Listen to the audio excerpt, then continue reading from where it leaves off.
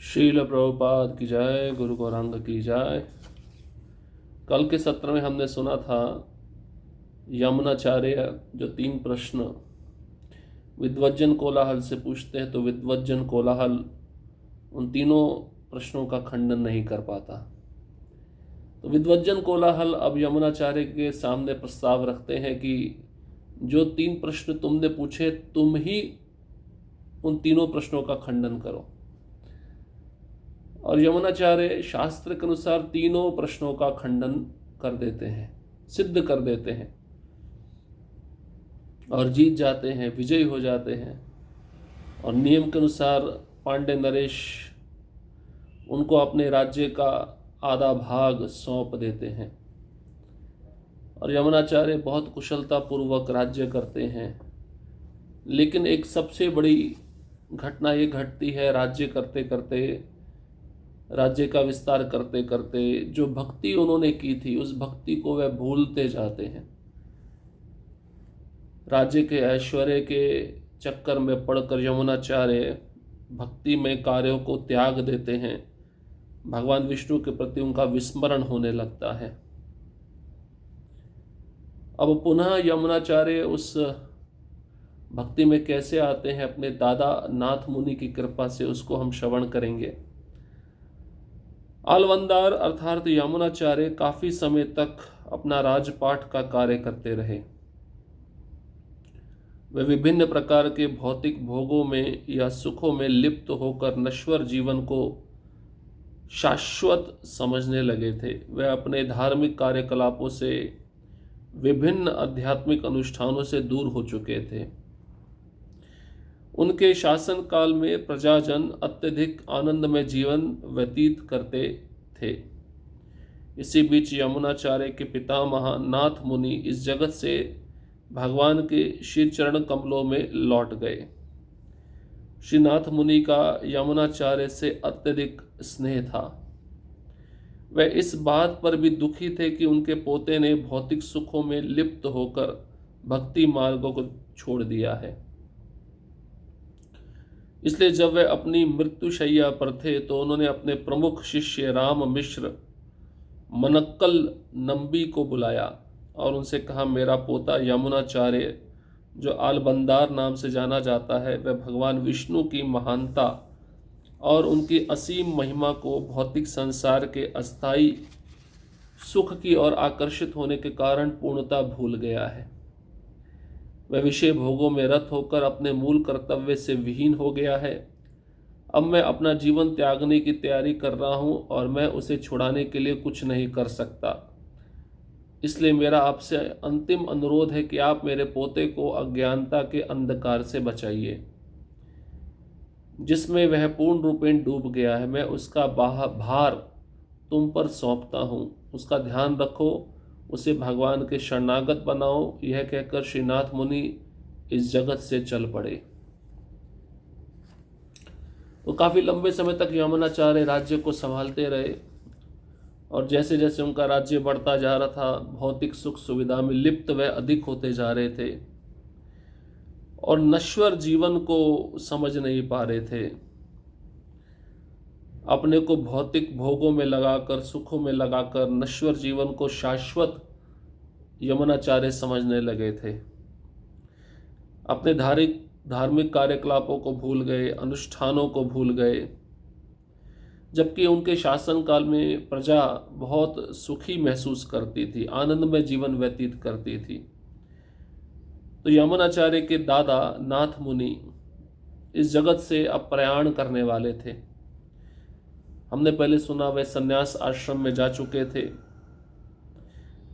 जब यमुनाचार्य बहुत छोटे थे तो उन्होंने घर छोड़कर संन्यास आश्रम ले लिया था नाथ मुनि ने। लेकिन हमने देखा है कि दादा का अपने पोते के प्रति ज़्यादा प्रेम होता है। तो नाथ मुनि का बहुत स्नेह, बहुत प्रेम था यमुनाचार्य से। लेकिन नाथ मुनि को एक बहुत बड़ा दुख ये भी था कि उनके पोते भक्ति को छोड़कर भौतिक सुख में लिप्त हो गए। अब नाथ मुनि मृत्यु की शैया पर हैं। उन्होंने ये जो प्रमुख कार्य है यमुनाचार्य को वापस भक्ति में लाना, ये अपने शिष्य राम मिश्र पर सौंप दिया। राम मिश्र को बुलाया और नाथ मुनि ने उनसे कहा, मेरा पोता यमुनाचार्य जो आलबंदार कहलाता है, भगवान विष्णु की महानता को भूल चुका है और भौतिक संसार के अस्थाई सुख को सब कुछ मान चुका है। इस कारण से भक्ति से वह दूर चला गया, विषय भोगों में तल्लीन है, अपने मूल कर्तव्य से बिखर गया है, विहीन हो गया है। अब मैं अपना जीवन छोड़ने जा रहा हूँ, तो उसे छुड़ाने के लिए कुछ कर नहीं सकता, उसको भक्ति में वापस लाने के लिए मेरे पास इतना समय नहीं है। तो नाथ मुनि अपने शिष्य राम मिश्र से अनुरोध करते हैं कि मेरी आखिरी इच्छा है कि मेरे पोते यमुनाचार्य को तुम अज्ञानता के अंधकार से बाहर निकालकर पूर्ण रूपेण भगवान विष्णु की भक्ति के चरण कमलों में लगा दो। ये सेवा, ये दायित्व, ये भार मैं तुम पर सौंपता हूँ। ध्यान रखो, मेरे पोते यमुनाचार्य को भगवान का शरणागत बना दो। इतना कहकर नाथ मुनि इस संसार को छोड़कर भगवान के धाम वापस चले गए। राम मिश्र एक कर्तव्य परायण शिष्य होने के कारण अपने आध्यात्मिक गुरु श्रीनाथ मुनि के इस अंतिम निर्देश को कभी नहीं भूले। इसलिए कई वर्षों बाद जब यमुनाचार्य 35 वर्ष के थे, तब उनको मिलने के लिए राम मिश्र उनके महल पर गए। हालांकि जब वे वहां पहुंचे तो उन्होंने देखा कि महल के प्रवेश द्वार पर विभिन्न राजाओं के रथों और सैनिकों ने भीड़ की थी। अनेकों सामंत और बड़े बड़े संभ्रांत लोग काफी विलंब से राजभवन में प्रवेश की अनुमति प्राप्त कर रहे थे। स्वयं को साधारण सन्यासी वेश में जानकर राजभवन में प्रवेश मिलने की आशा उन्होंने छोड़ दी। उन्होंने सोचा कि कठिनाई से अलबंदार के साथ वार्तालाप करने का अवसर प्राप्त होगा, अतः उनसे मिलने का वह एक दूसरा उपाय सोचने लगे। राम मिश्र भगवान के एक महान भक्त थे और भगवत भक्ति के उपदेशक या प्रचारक होने के साथ साथ उन्हें आयुर्वेद का भी ज्ञान था। दक्षिण भारत में एक विशेष प्रकार की शाख होती है जिसे तुड्डू वलई नाम से जाना जाता है, जो सन्यासियों के लिए अति प्रिय है। उसे ग्रहण करने मात्र से व्यक्ति में सत्व गुण की वृद्धि होती है। वह शाक व्यक्ति के मन को शांत और निर्मल बनाने के लिए प्रसिद्ध है। राम मिश्र ने तुड्डू वलई के कुछ पौधों को महल के निकट उगते हुए पाया। उन्होंने हरी पत्तियों को इकट्ठा करके उन्हें राजभवन के पिछले द्वार पर ले गए और मुख्य रसोइया के पास जाकर विनम्रता पूर्वक बोले, भगवान नारायण आपको आशीर्वाद प्रदान करें। मेरी आपसे यही एकमात्र विनती है कि कृपया राजा को इन तुड्डू वलई, जो सत्व गुण को विकसित करने वाली सब्जी शाक है, उसे आप रोज पकाकर हमारे परम धार्मिक राजा को भोजन में प्रदान करें। मैं ये शाक प्रतिदिन यहाँ तुम्हारे पास लाकर दिया करूँगा। रसोइया धर्मपरायण व्यक्ति था और तुड्डू वलई के मूल्य को जानता था, अतः उसने खुशी खुशी से राम मिश्र के प्रस्ताव को स्वीकार किया। अब नाथ मुनि तो जा चुके थे इस संसार से। राम मिश्र जो नाथ मुनि के शिष्य हैं, बहुत ही कर्तव्य परायण थे और समर्पित शिष्य थे। जो अंतिम उपदेश उन्होंने अपने गुरु के मुख से प्राप्त किया था, उसको वे भूले नहीं थे। अब उस आदेश को कैसे पूरा किया जाए, तो शिष्य में धैर्य होना चाहिए। तो राम मिश्र कई वर्षों के बाद जब यमुनाचार्य 35 वर्ष के हो गए, 12 वर्ष में उन्होंने राज्य प्राप्त किया था, राज्य करते करते 35 वर्ष के जब यमुनाचार्य हो गए, तब राम मिश्र उनको मिलने के लिए महल पर पहुंचे। महल पर पहुंचते उन्होंने देखा कि महल के द्वार पर विभिन्न राजाओं के रथ, सैनिकों की भीड़ लगी हुई है। बड़े बड़े सामंत संभ्रांत लोग काफ़ी लंबे समय से राजभवन में अंदर जाने की अनुमति प्राप्त करना चाह रहे हैं। जब इतने बड़े बड़े लोगों को राजा से मिलने नहीं दिया जा रहा, यमुनाचार्य थे, तो राम मिश्र ने सोचा मैं तो साधारण सन्यासी हूँ, राजभवन में तो मुझे प्रवेश मिलने ही नहीं दिया जाएगा। तो उन्होंने मिलने का आशा छोड़ दिया। अब बड़ी कठिनाई से यमुनाचार्य के साथ वार्तालाप करने का अवसर प्राप्त होगा ऐसा सोचकर आए थे, लेकिन वो भी अवसर प्राप्त नहीं हो पाया। तब उन्होंने उनसे मिलने का एक दूसरा उपाय सोचा। राम मिश्र भगवान विष्णु के महान भक्त थे और भगवत भक्ति के उपदेश भी देते थे, प्रचारक भी थे, साथ साथ उनको आयुर्वेद का भी ज्ञान था। तो दक्षिण भारत के एक विशेष प्रकार की शाख होती है, ये दक्षिण भारत में मिलती है, इसको तुड्डू वलई नाम से जाना जाता है। जैसे साग बोलते हैं ना, हरे पत्तेदार सब्जियां, तो एक विशेष प्रकार की हरे पत्तेदार सब्जियां जिसका नाम है तुड्डू वलई। और सन्यासियों को ये सब्जी बहुत प्रिय है, तुड्डू वलई। उसको खाने से, उसको ग्रहण करने मात्र से व्यक्ति के अंदर सत्वगुण बढ़ने लगता है। तो वह शाक, वह सब्जी व्यक्ति के विचलित मन को शांत कर देती है, उसको निर्मल बना देती है। राम मिश्र ने तुड्डू वलई शाक सब्जी को, पौधों को उगते हुए महल के निकट देखा और उन्होंने सारी हरी पत्तियों को इकट्ठा कर लिया और राजभवन के पिछले द्वार पर चले गए। वहाँ पे मुख्य रसोइया जो रसोई बनाता है उसके पास जाकर राम मिश्र बहुत ही नम्रतापूर्वक उससे बोलते हैं, भगवान नारायण आपको आशीर्वाद प्रदान करेंगे। मेरी आपसे एकमात्र विनती, एक निवेदन यही है, ये जो शाक सब्जी है तुड्डू वलई, ये सत्वगुण विकसित करती है, उसे आप रोज पकाकर अपने धार्मिक राजा को भोजन में परोसिए, प्रदान करिए। मैं इस शाक के पत्ते आपको रोज ला के दिया करूंगा, आपका एक ही सेवा रहेगा, इसको सब्जी के रूप में बनाकर राजा को अर्पित करिए। कौन राजा? यमुनाचार्य, जिससे उनके अंदर सत्वगुण विकसित हो और वो भक्ति की ओर उन्मुख हो सके। तो धर्मपरायण रसोइया बड़ा था और तुड्डू वलई के मूल्य को भी जानता था। धार्मिक व्यक्ति था रसोइया और सब्जी के महत्व को भी जानता था। खुशी खुशी राम मिश्र की प्रस्ताव को उसने स्वीकार कर लिया। ठीक है, आप जैसा बोलते हैं मैं वैसा ही करूंगा। इस प्रकार हर दिन 2 महीने तक राम मिश्र ने तुड्डू वलई के हरी पत्तियों को शाही रसोई में लाना शुरू किया। रसोइया भी उस शाक के विभिन्न व्यंजन बनाकर राजा को प्रदान करते। यमुनाचार्य अत्यधिक प्रेम के साथ उस शाक को ग्रहण करते और उसकी हृदय से सराहना करते। जब राम मिश्र ने यह सुना तो उन्होंने जानबूझकर शाक लाना बंद कर दिया। उस दिन अपने भोजन में शाक को ना देखकर राजा ने रसोइये से पूछा, आज तुमने मेरे लिए वह तुड्डू वलई ही शाक की सब्जी क्यों नहीं बनाई? रसोइया ने उत्तर दिया, महाराज जो साधु प्रतिदिन उसको लाकर देते थे वे आज नहीं आए हैं, इसलिए मैं व्यंजन नहीं बना सका।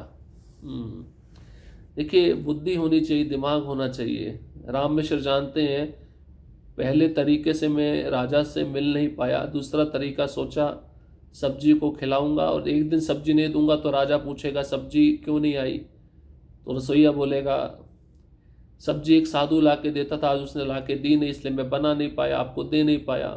और राजा फिर उस साधु को पूछेंगे वो कहाँ रहता है उसको बुलाओ।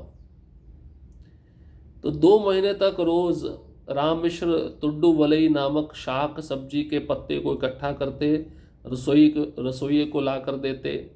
रसोइया उसको अच्छे से बनाकर विभिन्न प्रकार की सब्जियां बनाकर व्यंजन बनाकर राजा को प्रदान करता और यमुनाचार्य बहुत प्रेम से उसको ग्रहण करते थे और रसोइये की भी सराहना करते थे कि बहुत अच्छा सब्जी बनाते हो।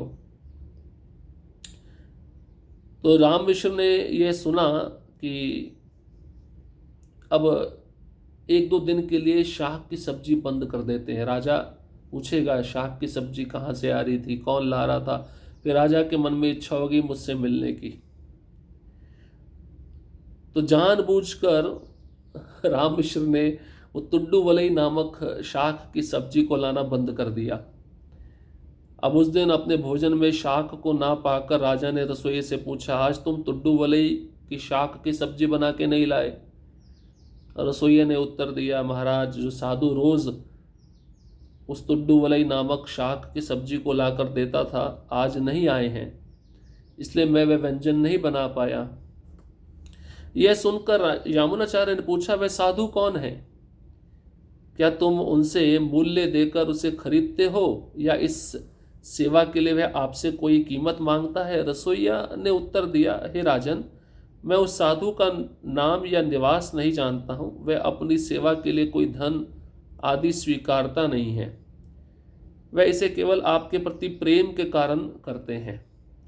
सत्वगुण की वृद्धि और आयु में वृद्धि करना यह शाक का गुण है। अतः आपकी आयु वृद्धि की कामना के कारण प्रतिदिन वे शाक लाकर मुझे प्रदान करते हैं, परंतु पता नहीं आज वे नहीं आए। यह सुनकर राजा विचार मग्न हो गए और उन्होंने रसोइये से कहा, यदि वह साधु पुनः शाक लेकर आए तो उसे उचित सम्मान प्रदान कर मेरे पास ले आना। यही तो राम मिश्र चाहते थे, मिलना। तो यामुनाचार्य ने जब रसोइये से सुना कि ऐसे ऐसे साधु तड्डू वलाई नामक शाक की सब्जी लेकर आते हैं, आज आए नहीं तो मैं आपको दे नहीं पाया, तो यामुनाचार्य ने पूछा, साधु कौन है? क्या वह साधु तुमसे लक्ष्मी देकर, लक्ष्मी लेकर वो शाक का सब्जी देता है, खरीदता है, या कोई कीमत मांगता है? रसोई ने उत्तर दिया, देखिए महाराज, उस साधु का नाम तो मैं नहीं जानता हूँ, वह कहाँ रहता है वह भी नहीं जानता हूँ। हाँ, उसका आपसे बहुत प्रेम है, आपकी सेवा के लिए धन कोई आदि वह स्वीकारता नहीं है। आपके प्रति प्रेम के कारण वह ऐसा करता है, जिससे आपके अंदर सत्वगुण की वृद्धि हो, आपकी आयु बढ़े और हरी शाक की सब्जी में वह गुण रहता है। तो आयु की वृद्धि की कामना करता है वह साधु, इसलिए रोज़ आपके लिए शाक सब्जी लाकर मुझे देता है, परंतु पता नहीं आज वह क्यों नहीं आए। अब यमुनाचार्य ने जब ये सुना तो विचार मग्न हो गए। उन्होंने रसोइये से कहा, जैसे वह साधु दोबारा आएगा, दिखेगा, शाक का सब्जी लेकर आएगा, तुरंत उसे उचित सम्मान प्रदान करना और मेरे पास तुरंत लेके आना। अगले दिन राम मिश्र फिर से तुड्डू वलई के पत्ते लेकर रसोई के पास आए और रसोईया तुरंत उसे यमुनाचार्य के पास ले गए। यही तो राम मिश्र चाहते थे। अपने सामने उस पवित्र ब्राह्मण को देखकर राजा प्रसन्न हुआ और उन्होंने कहा, हे पवित्र साधु, मैं आपका दास हूँ, कृपया आपके चरणों में मेरा प्रणाम स्वीकार करें। मैंने सुना है कि आप प्रतिदिन मेरे लिए तुड्डू वलई की शाक लेकर आते हैं और इसके लिए कोई भुगतान भी नहीं स्वीकार करते। क्या मैं आपके लिए कुछ कर सकता हूँ? यदि आप कुछ स्वीकार करेंगे तो मैं स्वयं को कृतार्थ मानूंगा। यह सुनकर राम मिश्र ने कहा, हे राजन, मैं आपसे अकेले में कुछ कहना चाहता हूँ। मेरे पास आपको बताने के लिए एक बहुत ही महत्वपूर्ण बात है, लेकिन वह मैं एकांत में सुनाऊंगा।